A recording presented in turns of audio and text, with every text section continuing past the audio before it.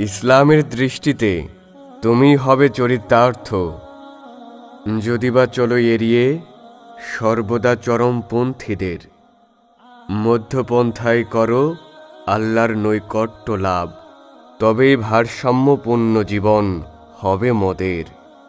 যদি মনে করো বাঁচাবে তোমাদের আমল, জান্নাতের দরজা খুলবে উন্মুক্ত নেকিতে। মধ্যপন্থায় পাবে একমাত্র যে সফলতা, যদি না করেন আল্লাহ আবৃত করুণাতে।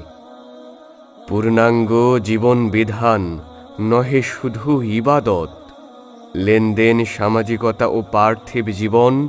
মধ্যপন্থায় হোক তোমার প্রতিটি বিধান, ইসলামের আদর্শতে গড় চলন্ত প্রাণঙ্গন।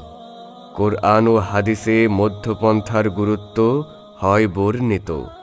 করো ইবাদত সকাল সন্ধ্যায়, আছে অধিকার তব দৈনন্দিন জীবনে। নিদ্রায় রোজা নামাজে চলো মধ্যপন্থায়।